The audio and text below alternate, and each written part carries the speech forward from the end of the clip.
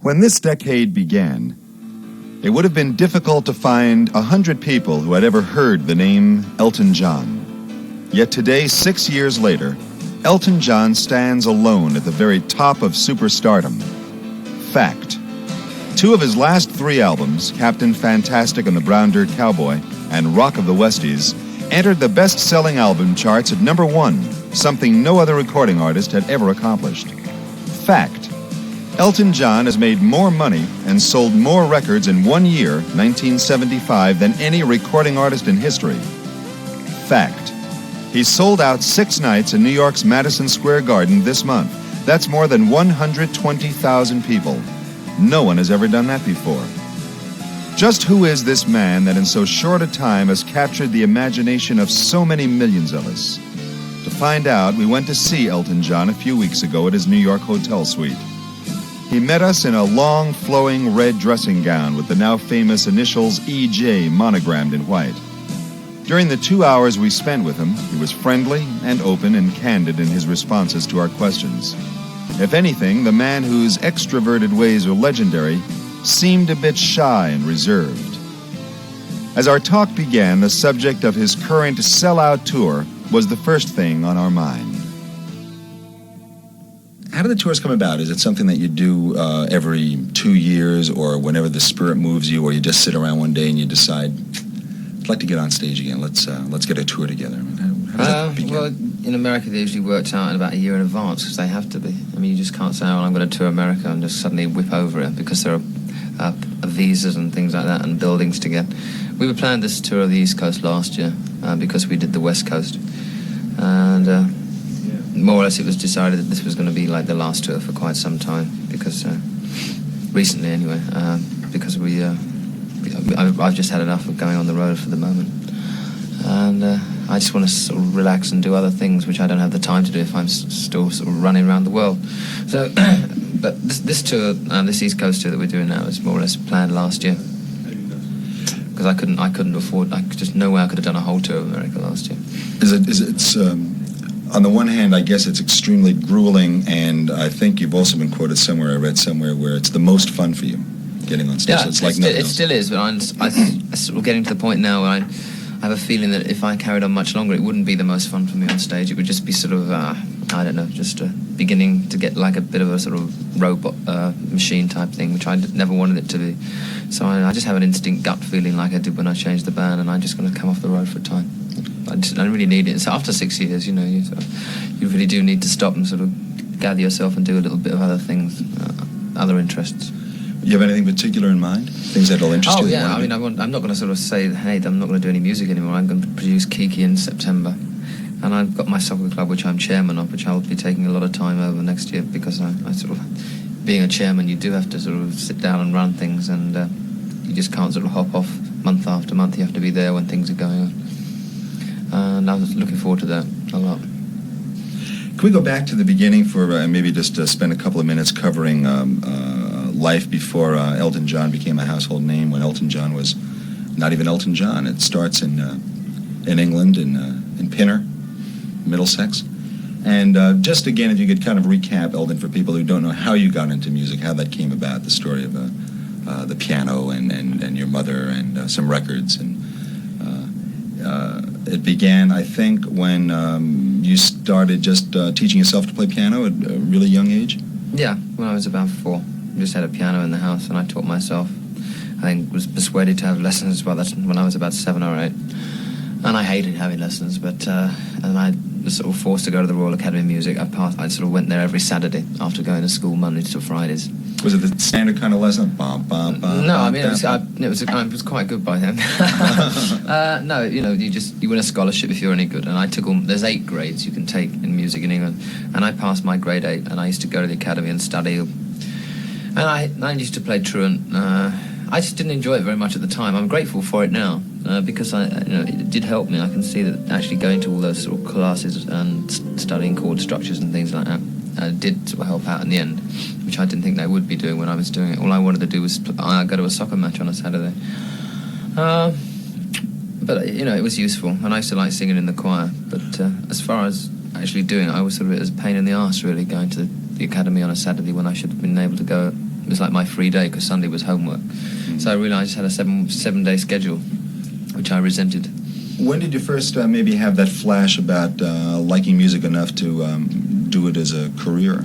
Always. That's all I ever wanted to do, you know. But I was... the Academy came at the time of rock and roll, and I was more interested in Jerry Lee Lewis and Fats Domino and people like that than actually playing Chopin. It wasn't exactly my cup of tea. And what side of this musical fence were your parents on? They were obviously trying to push you in the Chopin's direction. No, my father was probably. My mother didn't really mind. She, in fact, bought the first Elvis Presley record and Bill Haley and the Comets and all that. So my mother was pretty hip. My father could never be hip if he went, you know, no way. If he went through 25 courses of EST, he'd never be hip. Your parents, what do they think? Did you have a chance to get feedback from them on what's happened to you? Oh, well, my parents divorced. My father and mother divorced when I was about 14. So I have a stepfather now, and a stepmother. No, I don't have a stepmother. My dad remarried him. I think my dad was always a sort of snob, so I mean, he would have preferred me to have been in the Air Force. Even now, you know. Even now, this. Yeah, this I think it's a bit sort of demeaning for him to have somebody who's sort of playing piano and rock and roll. My mother's, you know, she's fine. She doesn't mind at all. She's thrilled. But my real father, I don't think, you know, would prefer me to have worked in a bank or something like that. Something, you know, really respectable and boring, like he is. When your mother brought home those, where does he live? Where's he I don't know, and I don't care. He used to live in Liverpool, but I just. He just made a statement in the press that he's got a 6-year-old son that can play piano better than I can now. So the world awaits another Elton John. Shriek, God, horror. I just feel sorry for those 4 kids he's got. He remarried and has 4 kids, and. So there'll be half brothers and sisters of yours. Yeah, they'll all end up in the Air Force. They'll be piano playing bank clerks. You see. That Bill Haley and the Comets record and the Elvis Presley record that your mom brought home. Had you heard those records on the radio and known them, or was it a totally fresh experience when you put the record down on the turntable? No, well, my mum used to go and like buy a couple of records a week, so she just used to pop into the local record store. And I'd never heard of Elvis Presley or Bill Haley at that time. And I remember just when she brought them home, I was so knocked out with them, I couldn't believe it. And it's just like, after listening to Guy Mitchell and people like that, this was a totally new sort of music. And then after she brought the record home, I went and had my hair cut in the barber shop, and I saw an article in Life, I think, on Elvis Presley, and it sort of the pictures I couldn't imagine. You know, the pictures were amazing. I couldn't believe it. Which Elvis record was it? It was Heartbreak Hotel, and the Bill Haley record was ABC Boogie. The American singers were very, very popular, and in fact, it was like English singers always used to make sort of cover records of American records. You know? Joe Stafford. Yeah, all those people. K-Star. Kitty Callan. Yes, little things mean a lot. There you go. On the classical side of it, since you were also involved, do you have some favorite pieces of classical music, or is it something you totally disregard? Oh no, now? I haven't disregarded. I appreciate it. I probably like it much more now than I did then. In fact, I must do because I hated it then because I was forced to play it. I prefer sort of lyrical. I like Vaughan Williams and I like Sibelius and Dvorak and things like that, and also. It depends if I'm in the mood. I can sort of listen to things like Penderecki, and I really like those too. But you have to really concentrate on those sort of things. But I like really lyrical symphonic works, and Chopin's pretty too. But it depends what mood you're in. I think you have to be in a really good mood to listen to classical music because you just can't sort of do the housework and listen to it. You really have to sit down and appreciate it. Mm-hmm. Does classical music does it involve part of your famous record collection? Oh yeah. I don't think I've got that many classical records. I'm sort of only beginning to appreciate it now, I think. For example, in Barbados, we used to sit on the beach and listen to Vaughan Williams, and it was incredible. And those are the sort of situations that I think you have to listen to classical music in. You have to, as I say, you just can't sort of dash around a house listening to bits and pieces of it. You just really have to, if someone's written a work, then you should sort of listen to it. It's like Keith Jarrett. You just can't sort of sit down and say, like, well, I'm just going to listen to a bit of this and then off I go. You have to listen to the whole album. Those sort of albums are the ones you end up by playing mostly, I think. You know? Yeah. It's really nice to actually sit down and listen to those sort of things. There's certainly a lot of feeling in especially the Elton John album, the black-covered album, of, I guess, that kind of training that you've had. Yeah, they're classical influence songs, I think you can tell. things like 60 Years On and Greatest Discovery. And the first episode of High Energy. And they're sort of songs that I think the chord structures, you can say, are pretty classically orientated. There have been lots scattered throughout most of the albums. I tend to write a lot of songs like that. Can you ever see yourself performing on piano with instrumentally with an orchestra? Would that be something that you might get off on? I tried it a couple of times. It was murder. Because most string players in England, all they care about, they come in and they rehearse and then they read their newspapers and they drink their coffee and then they pick up the violin again and then they just don't want to know. You know, it's really a harrowing experience. I've done it twice. Once with session musicians and once with the London Philharmonic, I think. And both experiences I wouldn't want to go through again.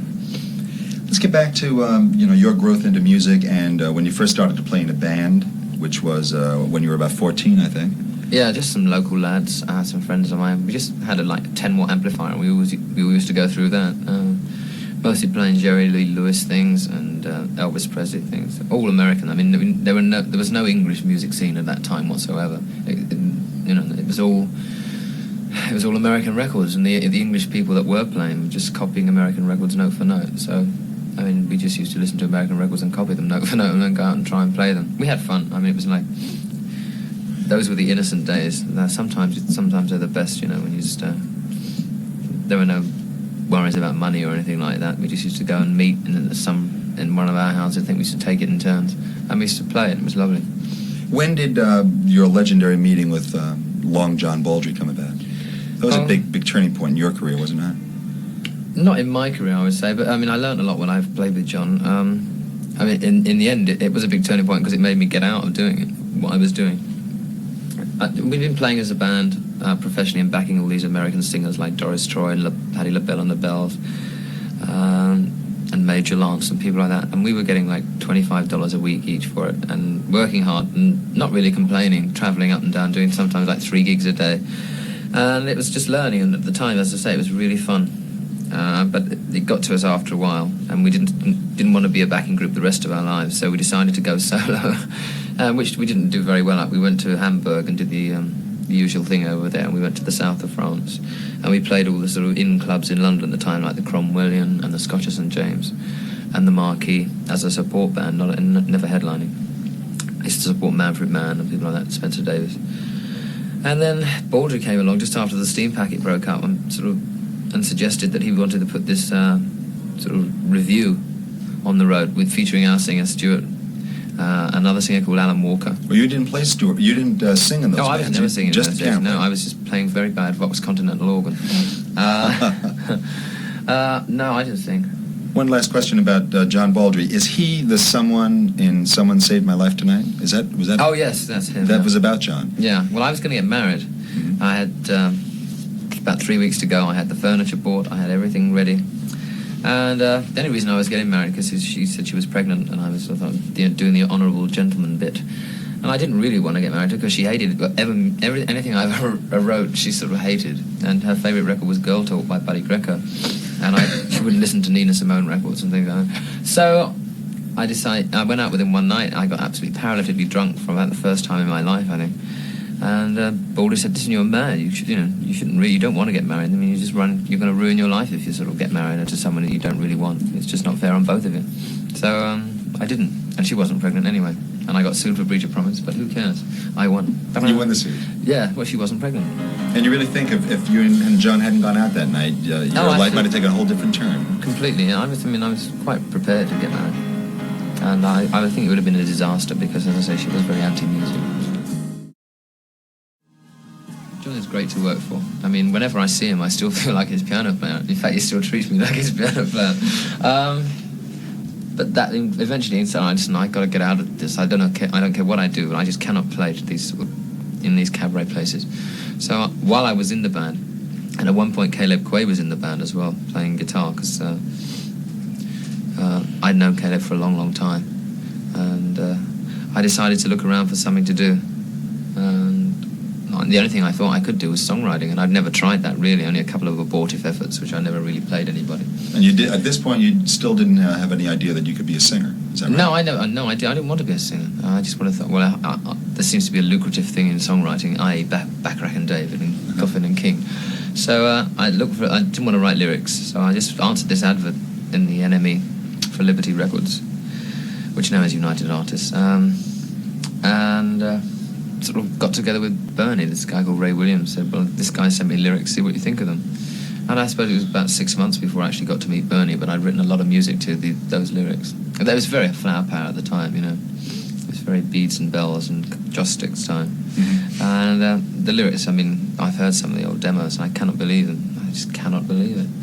But I thought, I mean, I was so snobbish at the time. I thought these lyrics were so good they were above everybody else's. And when we look back and hear them, we just sat there the other day and cringed. It was very much the watercolour Mansions of Your Mind period for us. Anyway, we eventually secured a songwriting contract. Originally, we were signed to Gralta Music, which I don't think many people know, which is the Hollies, Graham, Allen and Tony.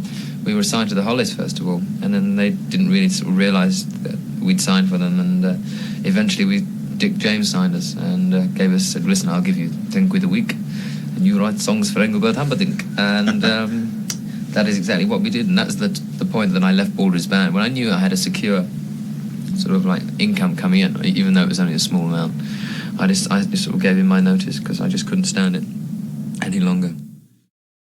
Once you and Bernie started working together, did a relationship form between the two of you? In other words, what I'm getting at is, are you two really great friends, aside from obviously being very compatible as far as music and lyrics are concerned? Do you two see a lot of each other? Is he a friend? Is he a confidant? It used to be, this sounds like it used to be much more than he is now. What a thing to say. But we used to sort of both live at my parents' apartment. So in the early days, we were much closer because we had nothing else to do. But once I actually started touring and things like that, which Bernie doesn't like really touring, we see less of each other. And I still see him quite a bit. But there's no way that we're as close now as we were. I mean, I still look at him as sort of like a brother. I always sort of regard him as like a brother figure. But we have lost contact with each other a bit, just because this sort of touring hectic thing has just forced us apart, really, because he doesn't like to do it. You can't expect him to go on tour. It's really boring, very frustrating just to sit there night after night and watch somebody do something. And he's working on some things of his own now. He's getting a little bit of recognition on his own. He's working on the Captain Fantastic cartoon film, and he's got his book out, and I still feel very close to him, but there's no way. I mean, it's just like we used to just be with each other all the time, so there's no way we could be as close now as we were then. It's probably also difficult for somebody to be with somebody else a lot of the time when so much focus is placed on the other person. It's always very sad, because I mean, without Bernie starts the whole thing off, you know. I mean, without Bernie's lyrics, there would be no music, there would be no touring, there would be nothing. And it's like he was on the Mike Douglas show yesterday, and he went on to talk about his book, and then all the questions were like, well, what's Elton really like? What's he doing now? And it's sort of, you know, it's a drag, because he's always got this thing hanging around his neck that he's just sort of like a cog in a wheel, whereas the wheel would never turn if it wasn't for him. And it's very sad, and it's something that I think he gets generally heard about, you know. You never collaborated with anybody else other than Bernie Taupin? No, and that was it. I mean, I'm writing more with other people now, but definitely not. I mean, I would never consider writing with anybody else sort of permanently. I mean, I can see Bernie and I going on forever, but I'm always encouraging him to write lyrics with other people or for other people. It's because I think it would be a good thing for him to do. Now, when you get the lyrics from Bernie, I know that's the way the records usually come into fruition, is you get the lyrics from Bernie and then you start and work it out into music. Is it ever necessary? Do you ever make kind of like a lyric change, or as it's being put to music, to create a musical phrase or an idea? Yeah, I think you have to with his lyrics. For A, he can't spell. B, I mean, the original lyric things. He's learned a lot since, but I mean, the original lyrics were just written line after line with no verse or anything. So I used to have to sort of chop them up into verses, and each line was a different length. There was no sort of iambic pentameter, I think is the phrase they say.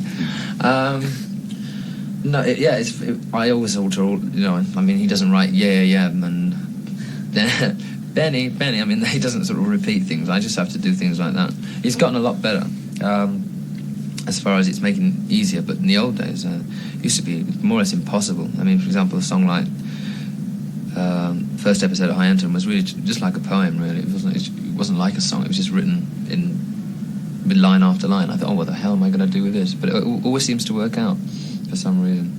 What happens? Does an envelope show up in the mail one day, and inside is a scribbled piece of paper? No, that's only occurred during the last couple of years, because, as I say, we've sort of grown apart, and I'm always at one place and he's the other. I mean, he always turns up at recording sessions at the end, because he doesn't like to sit through the whole 6 weeks of doing it.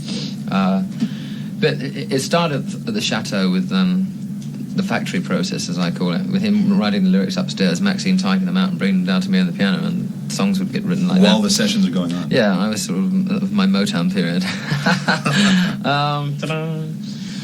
But it more or less, it's got to the point now where I've sort of suggested a couple of titles and a couple of lines, and we work that way, which has never happened before. Like, Don't Go Breaking My Heart, I came up with the title, and I should say probably 30 or 40% of the lyrics.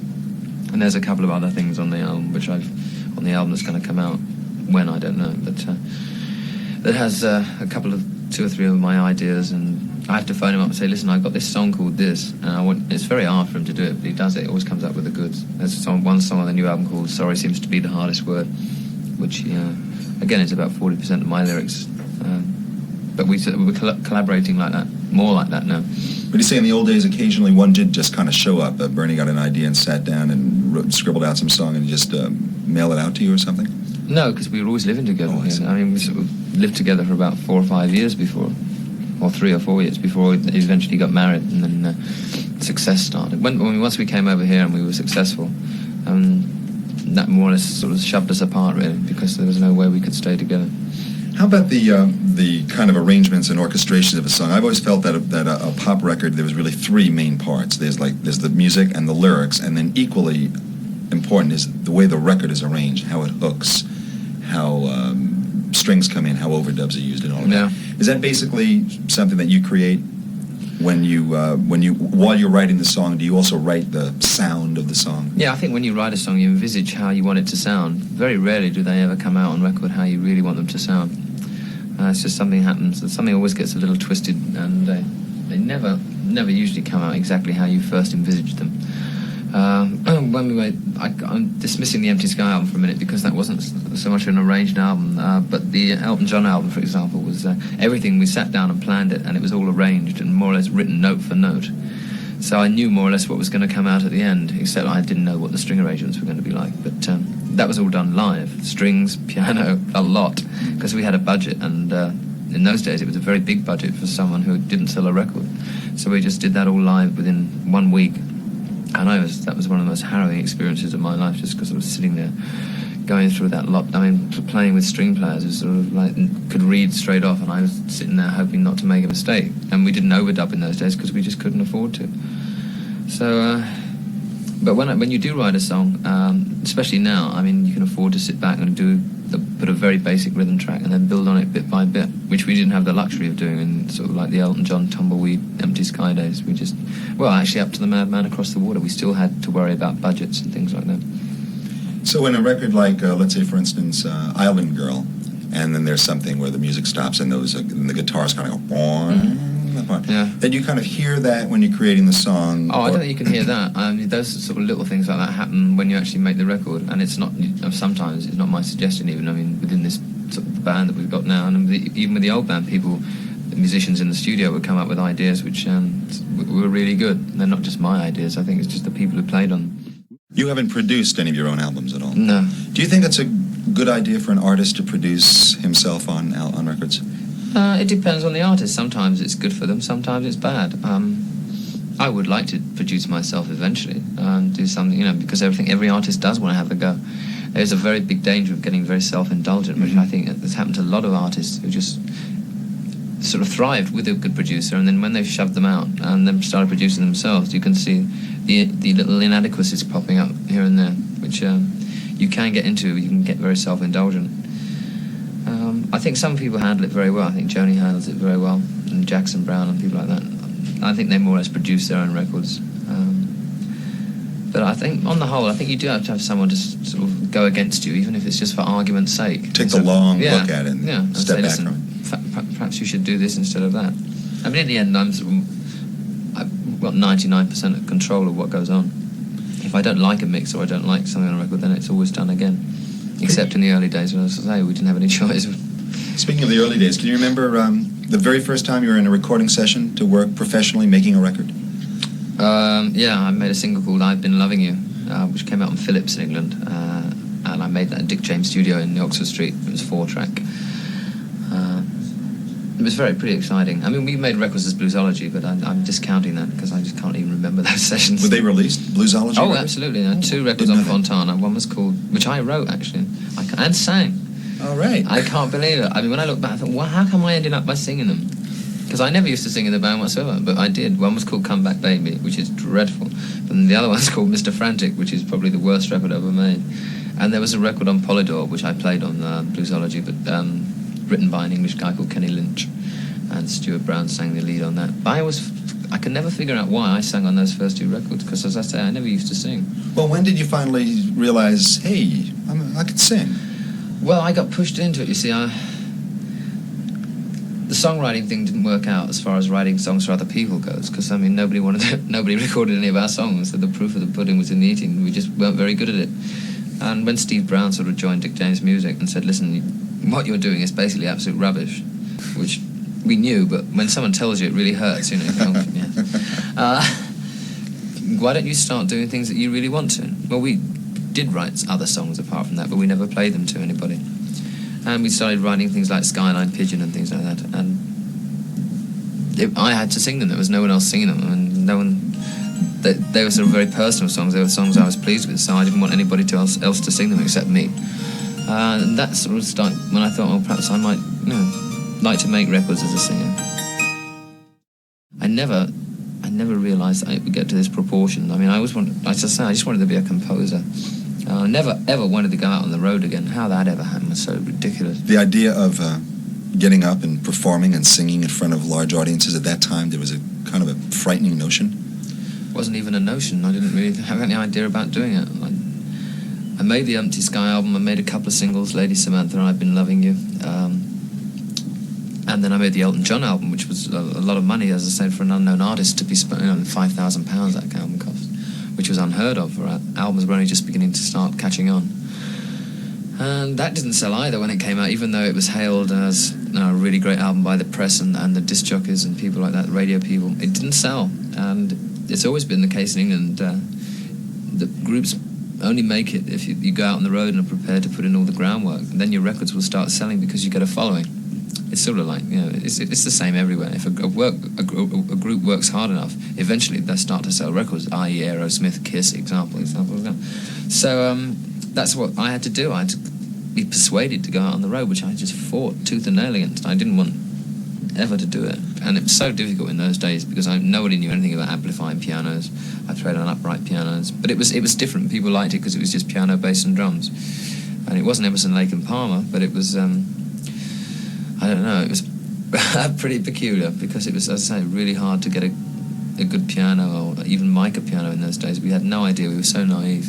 I think that's about where I first started to hear about you. I was working, doing a show for the ABC FM syndicated network, and this is 1970 now, and got a hold of the Empty Sky album and the Elton John album, which were not yet released in the United States. Right, we couldn't find anyone who's put them out. Right, and I don't think anybody was playing the records, and we heard them at ABC and loved them and started to play them a lot and got enormous feedback on it. And people who were listening to the ABC FM stations in New York, it was WABC FM, started to ask for them a lot.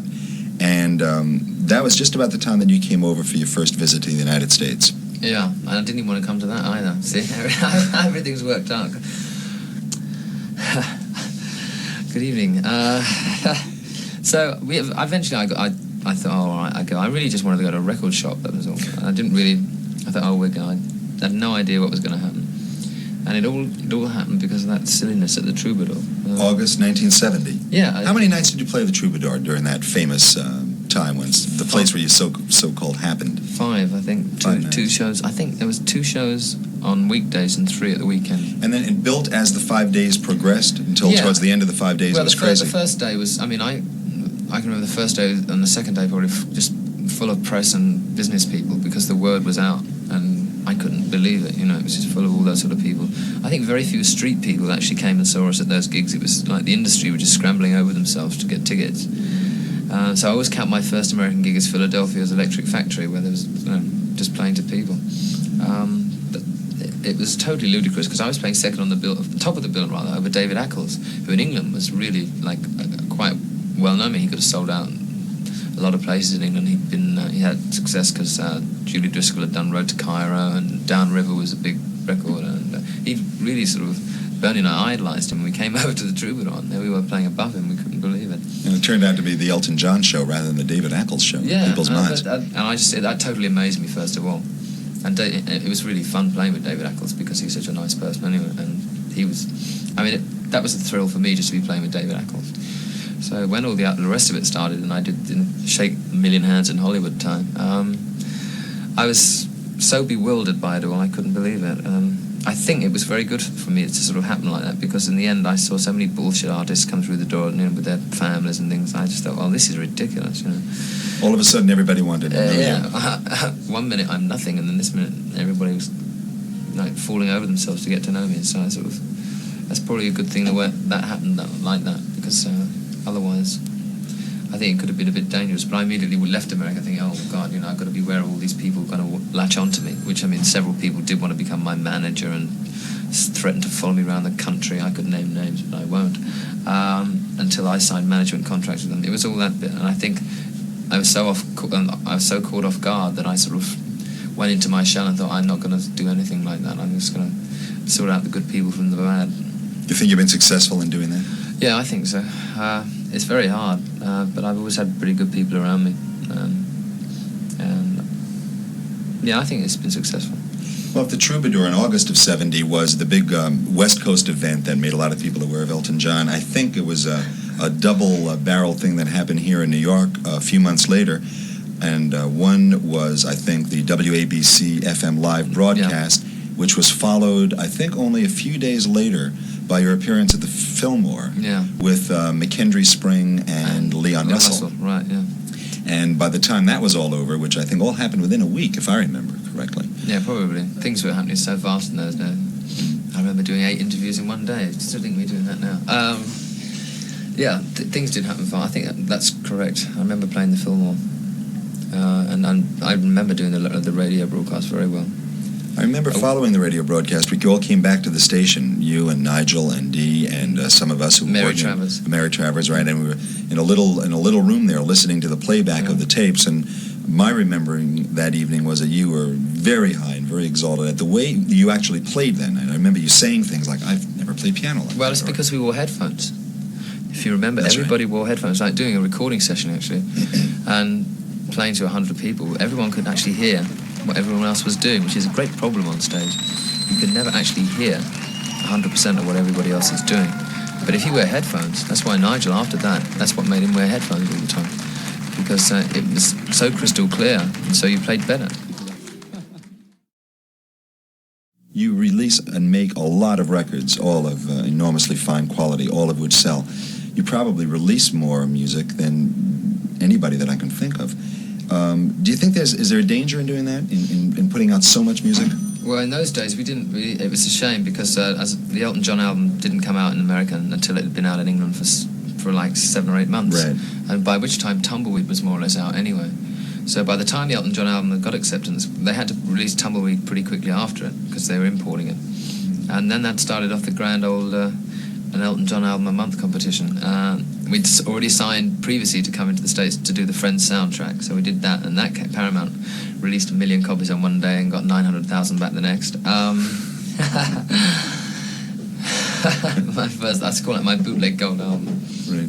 Which brings us around to the subject of Elton John rumors. Let's see, what are some of the latest ones that I've heard?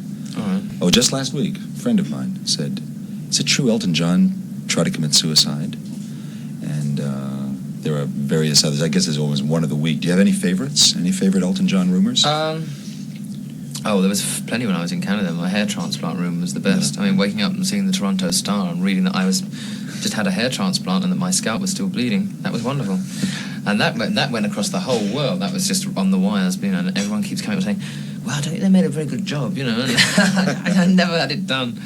I'm always rumours that I bought so many things.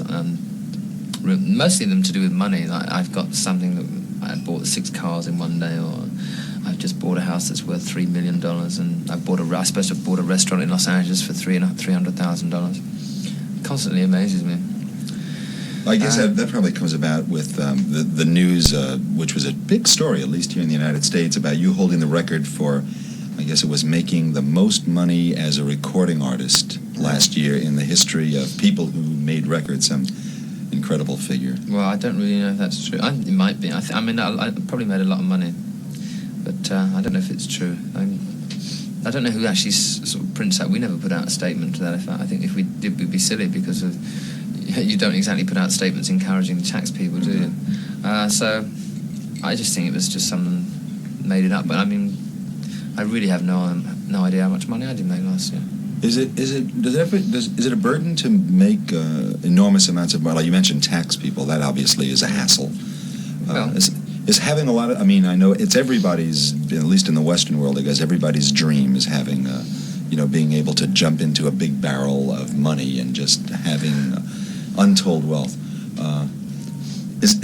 Do problems come along with that? Oh, absolutely. I mean, always problems with money. I mean, people wanting to know you, people working for you start ripping you off. It is. If you got a lot of money, then it's a lot of complications. I honestly don't know how much money I've got. I know how much money I should have, but I don't know how much money I've got trustworthy people around me. But I mean, by the time the tax is paid, I don't know how much money is left. I don't really care. It's never really bothered me for a long time now. I mean, when I initially came over and I started getting like $1,000 a concert, and then it used to go up to 10. It was up to $10,000 within 6 months.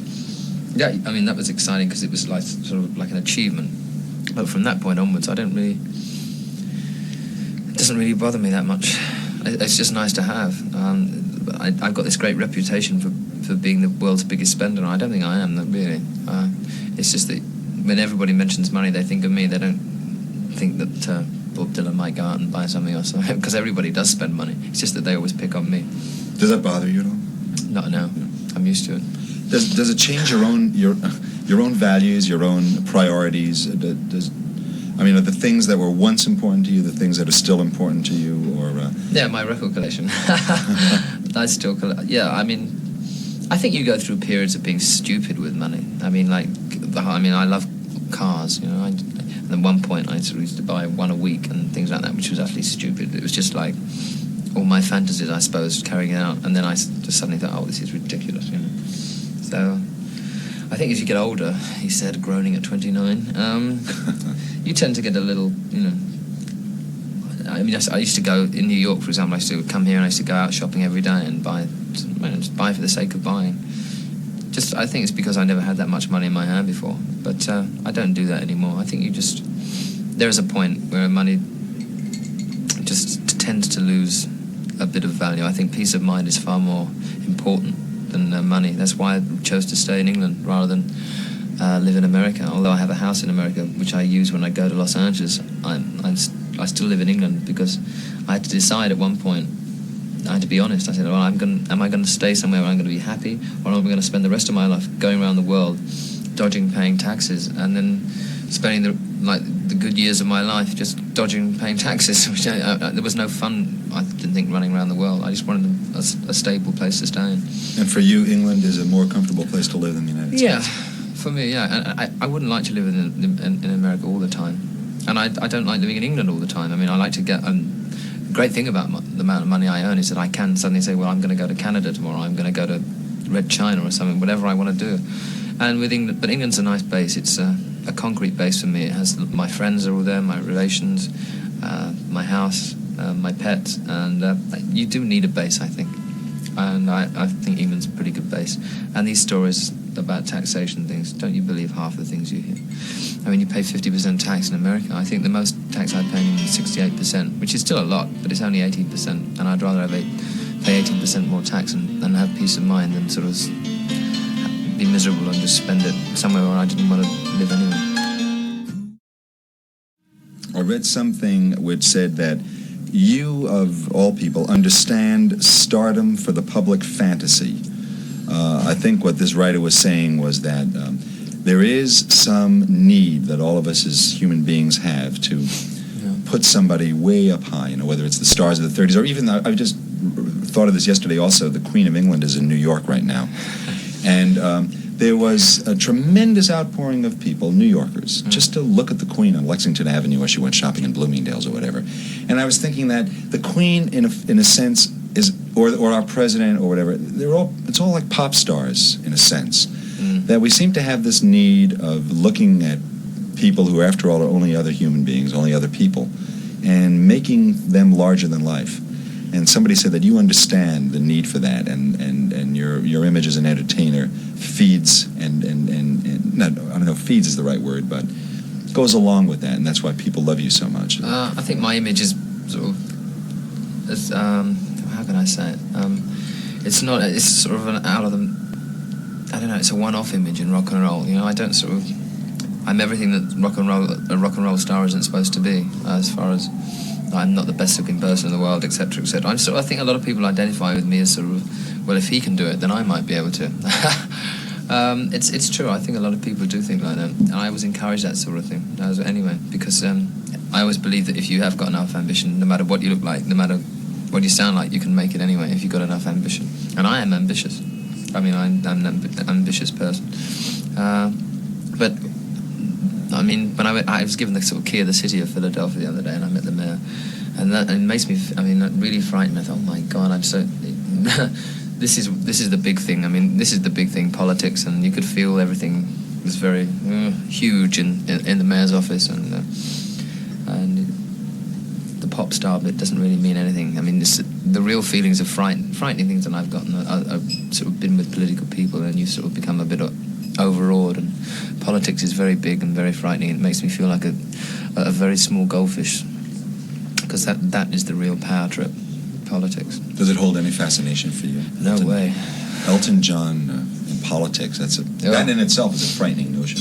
Yeah, no, I mean, to be you've got to be, I think you must be slightly insane to want to become president of the United States. Some people would think that about you've got to be slightly insane to want to be a rock and roll star. No, not if you, no. I mean, far more people would probably want to be a rock and roll star than want to be president of the United States. I'm sure. I'm just living out my fantasies as a child. Is that why you got into kind of the whole trip of costumes and the glasses and the outrageousness of Elton John on stage? This larger-than-life for you? Well, it's a big myth, all this, you see, because I was doing this when I came over to the Troubadour, and it suddenly just didn't come because I sold a few records. We came over to the Troubadour, and everybody thought I was going to be like Randy Newman, probably on a Valium or something. God, imagine that. And I wasn't. I mean, I stood on the piano, played. I wore these ridiculous. I was wearing jeans then, but I was wearing Mr. Freedom flying boots and things like that. And I've always been starred T-shirts and things which hadn't appeared in the States. I've always sort of dressed like that. And I came over, stood on top of the piano, and played rock and roll. And this bit about me, well, once he started selling records, he turned commercial and started wearing silly clothes and everything. Well, I'd always done it anyway. I'd always sort of tried to have a sense of humour about the stage setup, because I don't know, it's part of me. I think there's a very humorous side to music too. It's sort of like vaudeville. The absurdity of it. Yeah. I mean, I'm 100% behind my music, and I love playing music on stage, and I want it to be the best possible. But I've been to so many concerts where people are so into their music that it's downright boring and sort of self-indulgent. And I have to communicate with an audience. I just cannot sit there and not say one word or involve them. I have to do it. And the clothes thing is a myth. I've been doing that for ages. And the glasses thing was just... I suddenly thought, well, I was really fed up with wearing those square glasses. I thought I must get some more glasses. And that sort of evolved from there. From then. I think I helped in creating a sort of glasses revolution in a way, because for sure. Everybody can sort of wear... Well, it's, you know, there are no limits to it. The optometrist must love you. You know, I hate rules. You know, so they say you cannot wear this, you cannot do this, you can't wear those glasses. Or there are no rules in life. Only the ones you should try and get away from rules and things like that. Well, I think you've answered one question, that even though you, of anybody making records, in my opinion, probably appeal to the broadest kind of people, from Las Vegas lounge people to Fillmore, Winterland, Madison Square Garden, whatever. But you consider yourself a rock and roller. No, I always have done. You've had the opportunity of meeting a lot of very legendary figures. Just a few come to mind that for some reason or other I have the impression that you've got to know, and I would like to ask you about them maybe. Like Groucho Marx, who's somebody that I hold in great esteem, and you've had an opportunity to be with Groucho. Yeah, several times. Incredible man. Very funny, very frightening to meet the first time, because you can't tell whether he's being serious or not. And first time I met him was at Malibu. I had a house rented there. It was all the pictures on the Don't Shoot Me album were done there. And we got someone to bring him over for dinner, and we knew that he liked to be warm, so we had this fire on. It was like 90 degrees out. We had the logs on the fire. We found out what he liked to eat, and I was just petrified of him, because everyone said, well, he can be a bit funny and then we'll just walk out the door. You know? So he came, and his first words to me was, when do we eat? When do we eat? And he was wearing a beret and an overcoat. And carrying a cigar. Yeah. And it was very uncomfortable for a first hour and a half. And then he just completely loosened up. And was he aware of you? Does he listen to rock and roll? No, he didn't know who the hell I was. He still doesn't really. I mean, he thinks I should be called John Elton. In fact, he sent me a poster saying to John Elton from Mark's Groucho. You can never figure out why I'm Elton. He doesn't really know who I am. I think he's much more aware now than he was then, but at the time he didn't have any idea. But he was really sweet, and once he loosened up, he's a very, very funny man. What can you do in situations like that? You just sit back and listen, because you can't really contribute. All you want to hear is this man talking and telling jokes and talking about the films. And it's like Mae Westwood. I met her a couple of times, and you don't say anything. It's like having an audience with someone who's legendary. I mean, there are several people I regret that I haven't met, like Noel Coward and people like that. People you always hear great stories about, and I'm sure they were very, very amusing people. How about Katharine Hepburn? Oh yeah, she's another incredible. I mean, just total unbelievable. I've never met anybody like her ever. She just totally takes control. I mean, you meet her within 5 minutes, she's got your whole room redone out, and she's moved the furniture. And enormous energy. Yeah, and you don't even think of answering back, or anything, because she just takes over an amazing energy. For that, I mean, she's 60, whatever. She did double flips off my swimming pool diving board. Incredible. I mean, really amazing lady. She can leave you absolutely breathless within 5 minutes. You just can't get a word in edgeway. Amazing. I guess most of the Beatles are people that you have now. You've worked with John on record, and you know all of them. I know. Yeah, John for me is the magic one. I know Ringo. I'm very friendly with Ringo, but creatively, I love Paul's stuff, some of Paul's stuff. But for me, John is my favourite as a person, as a human being. I think he's incredible. He'll talk to anybody. That's what I admire about him. He'll just talk. If you came in this room now, he doesn't care who anybody is. He'll just strike up a conversation, which is not an easy thing to do. If I walked into a room, I would tend to go into my shell. But he's very open, and he's been through, I think, most things that anybody can go through, and he's come out on the other side of it all so well and so nice. He's got a sort of public image that it's so different to actually how he is. It's like Billie Jean King has this public image of being so aggressive, but actually she is aggressive, but she's nicely aggressive, and she's just a superhuman being, and so is John. So when we just started doing Lucy in the Sky, and John was knocked out when he heard about it, and when I did Whatever Gets You Through the Night, that session, I invited him up to Caribou and said, listen, will you play on it? So he said, yeah. And he ended up by playing on it, Dr. Winston O'Boogie. It was just like, I just wanted to do, because I love his songs, and we did One Day at a Time on the B-side. I just wanted to do a couple of his things. What are your feelings about all of this baloney about a Beatle revival? I think it's a hideous idea. And whoever started the rumours really done well, because like the Beatles albums have all got back in the charts. And he had 8 singles in the charts in England, in the top 30. It's happening now in the United States too. Yeah, and with the even the White Albums in the top 50, I think, or something. So I think it was probably put about by someone on the Paul McCartney camp before the Wings tour. Things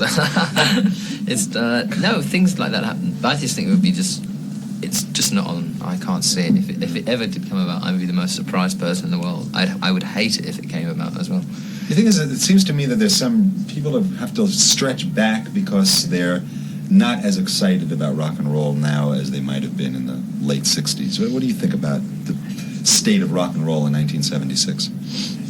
I don't think it's that bad. I think there are a lot of good music. I think there's a lot of good music around. A lot of people that have waited their turn are starting to really sell records that are good. I mean, there's some great albums around. I don't think it's that bad. I think there's always been in show business a sort of urge for people to come back that have been out of the limelight. It's like when Sinatra sort of retired. I mean, there's always, wouldn't it be great if the Beatles got back together again? But I think it's people that never actually had the chance of seeing them live, you know, on stage together. And in fact, you know, they only did 20 minutes, doesn't even enter their heads, you know. I think there's just a great nostalgic thing towards that. That's why the McCartney tour did so well, because people hadn't, I mean, it couldn't fail anyway, but people were doubly interested to see him over here because they hadn't seen him playing live on stage since the Beatles. Mm-hmm. And that's why I wanted to see the concert over here, because it's sort of like the reaction is so much better than in England, because he's done tours of England anyway. I think it's it would be a very sad thing if the Beatles got back together again and played live, because I know that they just couldn't do it. How about if they made an album? They didn't play live, but worked on an album together. Yeah, well, that's interesting. Yeah, I wouldn't say that's beyond the realms of impossibility. I find that an interesting. Yeah, I would rather have an album than have a concert. I agree. How about reggae? You think that's a vital force in music these days? No. There are selected reggae things throughout the years that I've liked. Desmond Decker and Toots and the Maytals, a couple of things. Singles more or less than albums. But an album of reggae just drives me around just up the wall. But the Bob Marley is an exception. The Live at the Lyceum album is fantastic. But no, it's okay. You once described yourself as being the John Denver of rock and roll. What did you mean by that? It's going back to the personality thing, and probably the housewife situation. I have this cutesy image, you know, with most people off stage, so in the audience, and that's what John Denver has.